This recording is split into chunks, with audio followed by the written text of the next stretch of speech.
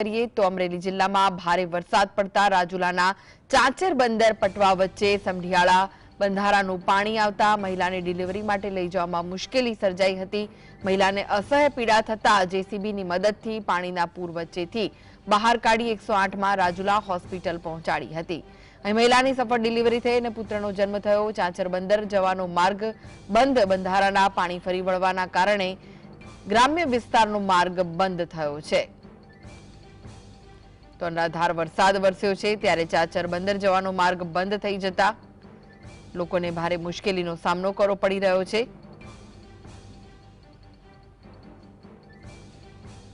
સમઢિયાળા બંધારાનું પાણી આવતા મહિલાને ડિલિવરી માટે લઈ જવામાં મુશ્કેલી સર્જાઈ હતી।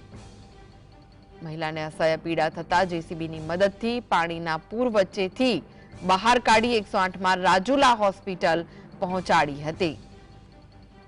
તો ચાંચર બંદર જવાનો માર્ગ બંધ થયો છે। બંધારાના પાણી ફરી વળ્યા છે જેના કારણે ગ્રામ્ય વિસ્તારનો માર્ગ બંધ થયો છે, જેનાથી લોકોને ભારે હાલાકીનો સામનો કરવો પડી રહ્યો છે। તો આપ દ્રશ્યોમાં જોઈ રહ્યા છો કે જેસીબીની મદદથી આ મહિલાને 108 સુધી પહોંચાડવામાં આવી હતી। જો કે હેમખેમ આ મહિલાની ડિલિવરી થઈ અને તેમને પુત્ર પ્રાપ્ત થયો છે।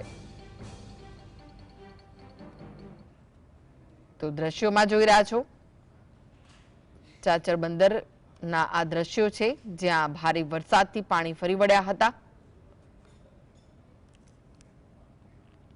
તો વધુ વિગતો માટે જોડાઈ ગયા છે અમરેલીથી સંવાદદાતા કલ્પેશ। કલ્પેશ, અમરેલી જિલ્લામાં ભારે વરસાદ વરસ્યો હતો, ચાંચર બંદરનો માર્ગ બંધ થઈ ગયો હતો, જો કે મહિલાની હેમખેમ ડિલિવરી થઈ અને પછી પુત્રનો જન્મ થયો છે, શું વિગતો મળી રહી છે?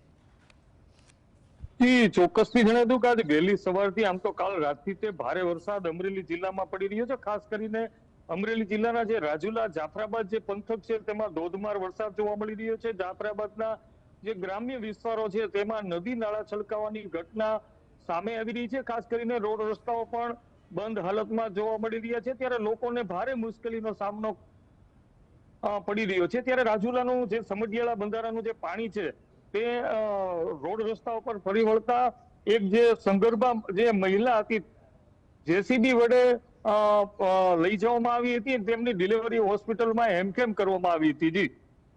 જે રીતે ભારે વરસાદ વરસ્યો છે, કયા કયા વિસ્તારો વધુ પ્રભાવિત થયા હતા અને ક્યાં ક્યાં પાણી ભરવાની સમસ્યાઓ સામે આવી છે? ચોક્કસથી જણાવી દઉં કે અમરેલી જિલ્લાની વાત કરું તો હું તમને સીધા દ્રશ્યો અમરેલી જિલ્લાના બતાવવા જઈ રહ્યો છે કે જે અત્યારે હાલમાં અંધારપટ જેવો માહોલ બતાવી રહ્યો છે કે અમરેલી જિલ્લાના મોટા ભાગના જે વિસ્તારો છે તેમાં વરસાદ હાલમાં પડી રહ્યો છે અને ઘનઘોર વાદળો વચ્ચે હાલમાં જે જાફરાબાદ તેમજ રાજુલા પંથક, સાવરકુંડલા સહિતના જે વિસ્તારો છે તેમાં ધોધમાર વરસાદ પડી રહ્યો છે। ખાસ કરીને અમરેલી જિલ્લાના 11 તાલુકા છે તેમાં ધીમી ધારે વરસાદ વરસી રહ્યો છે। ક્યાંક ને ક્યાંક જોઈએ તો જે ધાતરવડી ડેમ, અમુક ડેમ પણ હાલમાં ઓવરફ્લો થવાના સમાચારો મળી રહ્યા છે અને નદી નાળાઓ પણ છલકાઈ ગયા છે। કઈ કઈ નદીઓમાં પૂરની સ્થિતિ સર્જાઈ છે? શું ડેમમાં પણ નવા નીરની આવક થઈ છે ખરી? ડેમની વાત કરું તો ધાતરવડી જે ડેમ છે તે ઓવરફ્લો થવાના સમાચારો પણ મળી રહ્યા છે, ત્યારે ખાંભાનો જે ડેમ છે તે પણ ઓવરફ્લો થવાની સંભાવના સમાચારો મળી રહ્યા છે। ત્યારે અનેક જે સ્થાનિક નદીઓ છે, દાખલા જે ટીંબી જાફરાબાદનું જે ટીંબી ગામ છે ત્યાં પણ હાલમાં જે સ્થાનિક નદી છે તે બે કાંઠે વહી રહી છે।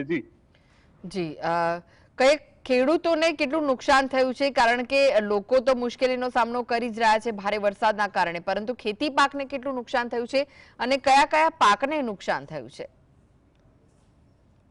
ચોક્કસથી જણાવી દઉં કે અમરેલી જિલ્લા આમ જોઈએ તો ખેતી આધારિત આખો જિલ્લો છે। ખેતીમાં મુખ્ય પાકની અંદર મગફળી તેમજ કપાસનું ભરપૂર જે વાવેતર છે તે અમરેલી જિલ્લામાં થતું હોય છે। ત્યારે અમરેલી જિલ્લામાં હાલમાં જે મગફળી છે તે ઉતારા ઉપર હતી અને જે મગફળીના પાથરા છે તે પલ્લી જવાના ઘટનાઓ સમગ્ર અમરેલી જિલ્લામાં જોવા મળી રહી છે। ત્યારે કપાસમાં પણ હાલમાં ભારે નુકસાની થઈ હોવાના સમાચાર મળી રહ્યા છે। ત્યારે ભારે નુકસાન અમરેલી જિલ્લામાં ખેડૂતોમાં જોવા મળી રહ્યું છે। જી, આભાર સમગ્ર માહિતી